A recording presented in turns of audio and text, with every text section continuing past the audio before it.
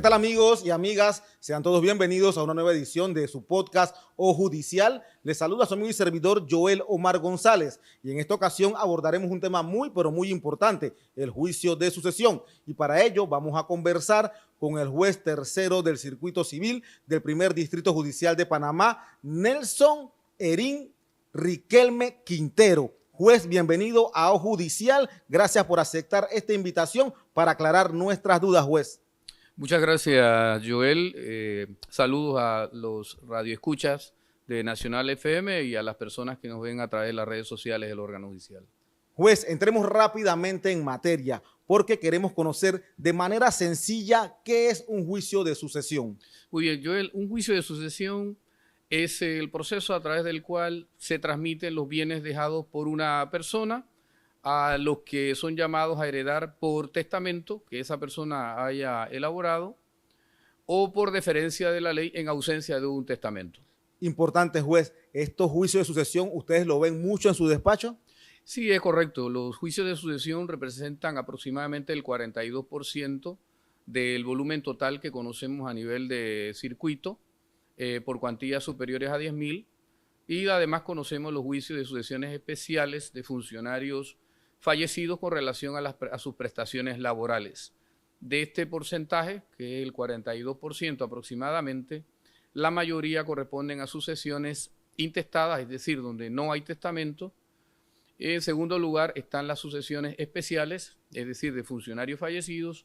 Y en último lugar, representando aproximadamente un 13%, las sucesiones testamentarias. Importante, juez Nelson, ¿cuáles son los documentos o los trámites que debe hacer una persona para iniciar un juicio de sucesión? Bien, es importante señalar que para iniciar un proceso de sucesión testamentaria o intestada, las personas deben asistirse de un profesional del derecho. Este profesional del derecho, pues, es quien elabora la solicitud o la demanda de apertura del proceso de sucesión. Esta demanda debe ir acompañada, en el caso de las sucesiones testamentarias, con el certificado de defunción y una copia autenticada del testamento. Esta copia autenticada debe serlo por la persona que tenga en su poder que sea el custodio del testamento original. En el caso de las sucesiones intestadas, es decir, donde no hay testamento, se debe acompañar igualmente el certificado de defunción. Se debe acompañar una certificación expedida por los notarios del último domicilio de la persona fallecida, en el sentido de si en sus notarías existen o no existen testamentos que esta persona haya otorgado. Un requisito adicional es la prueba del parentesco. Y finalmente, en el caso que los herederos conozcan los bienes que integran la herencia y tengan prueba de la titularidad de esos bienes, es importante que la aporten, así como el avalúo de esos bienes, lo que favorece la agilización del proceso del trámite. ¿Qué sucede cuando una persona fallece, juez, y no deja un testamento? ¿Y qué tan común es esto dentro de los tribunales civiles?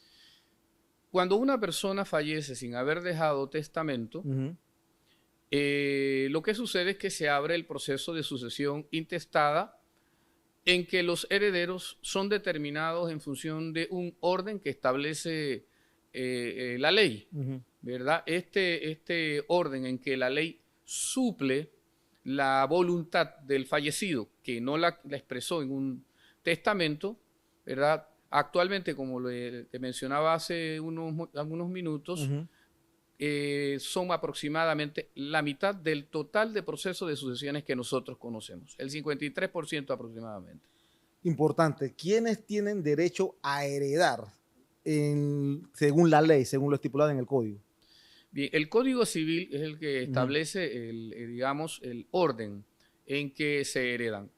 Este orden está establecido de conformidad con líneas. Estas líneas son principalmente descendentes, ascendentes y las colaterales.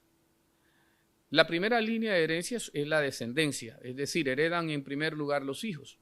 Segundo lugar, a falta de hijos, por derecho propio heredarían los nietos, y a falta de ellos, si hubiera bisnietos, heredarían los bisnietos por derecho propio, o los tataranietos por derecho propio. Sin embargo, es posible que concurran en esa línea, ¿verdad?, personas que heredan por derecho propio y personas que heredan por lo que se denomina derecho de representación. Esto sucede, por ejemplo, en el caso en que uno de los hijos no haya podido heredar, en cuyo caso los hijos que le hubieran sobrevivido pasan a heredar en lugar de esa persona fallecida. En la línea ascendente heredan pues, los padres, heredan los abuelos, bisabuelos y hasta los tatarabuelos que estén vivos si no hubiera descendientes. Pues, hay personas que fallecen sin haber tenido hijos, pues entonces en ese caso heredan los de la línea ascendente. A falta de estos, heredan los colaterales. Y en los colaterales se incluyen en primer lugar los hermanos, los tíos, los sobrinos, los primos hermanos, etcétera, hasta el 6º grado. ¿Cómo se determina, juez, la distribución de los bienes entre los herederos? A ustedes les ha tocado ver esos temas también, me imagino. Sí, los vemos con frecuencia. La regla general es que en materia testamentaria se sigue la distribución que haya establecido el testador. Es de libre disposición. Así que en la medida en que el testador establece cómo se distribuye la herencia, se procede de conformidad con su voluntad. Si no establece cuotas, entonces la herencia se distribuye a partes iguales. En los casos de sucesiones intestadas, la regla general es que entre herederos del mismo grado y misma línea, la herencia se distribuye por igual. Importante, ¿cuánto tiempo puede tomar un proceso, un juicio de sucesión, para que nos explique un poco? Un proceso de sucesión, este es un dato, digamos, derivado de la experiencia, un dato pragmático. ¿Okay? Y en el sistema de oralidad en el que ahora estamos, que comenzó el 13 de octubre, pues estamos relativamente recientes, sin embargo ya tenemos experiencia en procesos que han terminado con prontitud. Procesos, digamos, testamentarios son los más rápidos. Estos procesos pueden estar tardando aproximadamente entre 3 y 5 meses. Los procesos de sucesión intestada pueden estar tardando entre 4 y creo que algunos puede que lleguen incluso a 8 meses. Esto depende de muchos factores, ¿verdad? Claro. Voy a mencionar solo algunos, ¿verdad? Dependen que la demanda o solicitud esté debidamente formulada y acompañada con los documentos que la ley exige.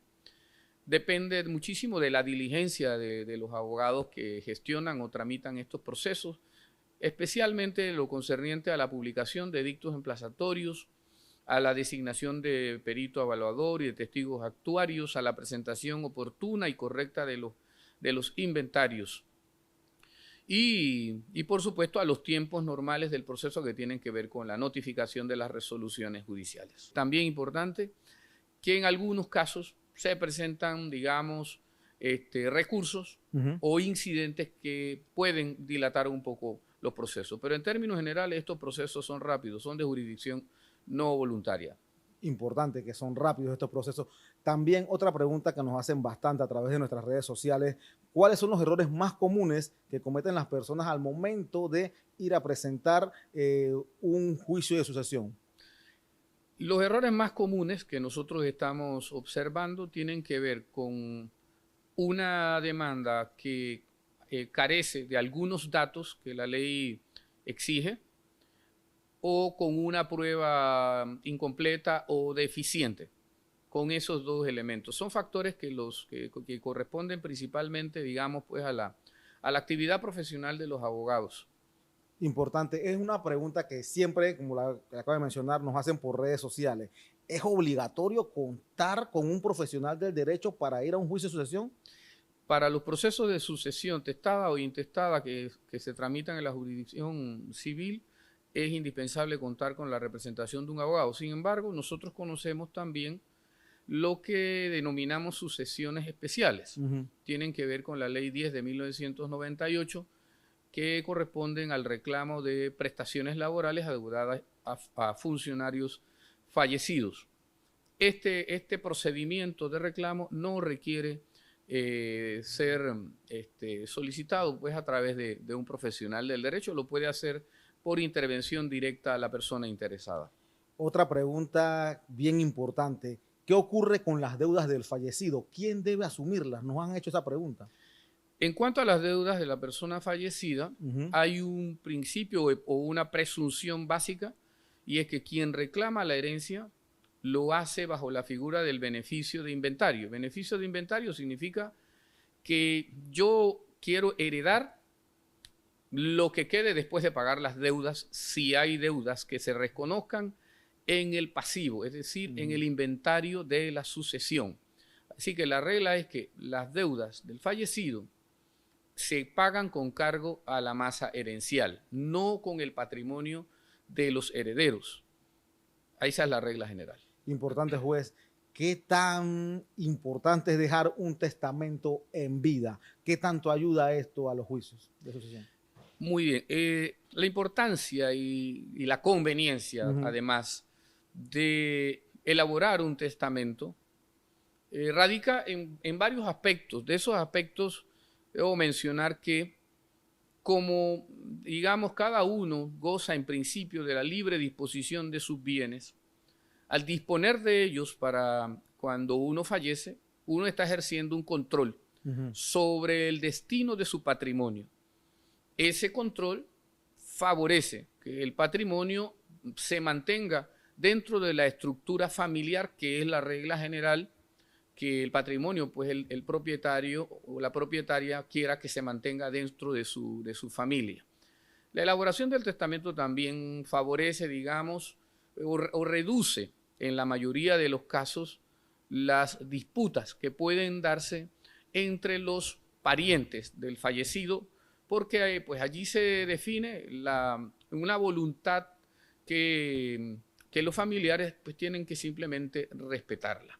Y lo otro es que cuando estamos en presencia de un testamento, los tiempos del proceso son más reducidos, porque el proceso arranca con la declaratoria de herederos, a diferencia del proceso de sucesión intestada, donde arrancan con la admisión y el traslado al Ministerio Público, el cual debe emitir concepto, y en el trámite previo pues a la declaratoria de herederos, entonces se consume un tiempo de aproximadamente 1 mes y medio, 2 y medio, dependiendo de la diligencia de los abogados en la publicación de los edictos emplazatorios y de la respuesta o concepto del Ministerio Público. Ya por último, juez, en base a su experiencia, ¿qué recomendaciones le daría a los usuarios para evitar problemas futuros en materia de herencia, de juicio de sucesión y demás?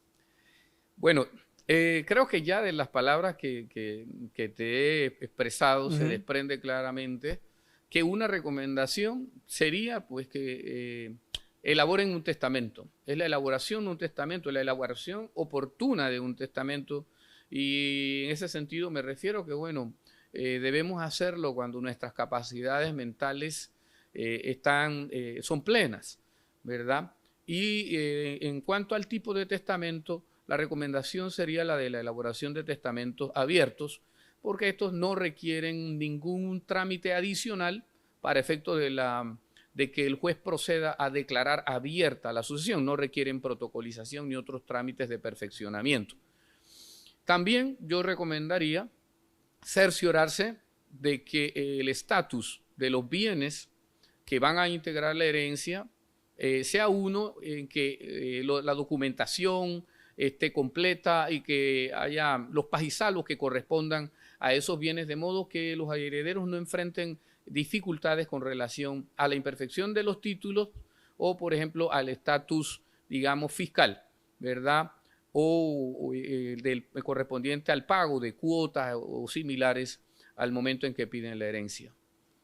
También es recomendable contemplar la posibilidad de que, en lugar de dejar el destino del patrimonio a los procesos de sucesión, por ejemplo, se pueda acudir a otras figuras jurídicas que también pueden satisfacer el deseo o la voluntad del propietario. Uno de esos mecanismos es la donación.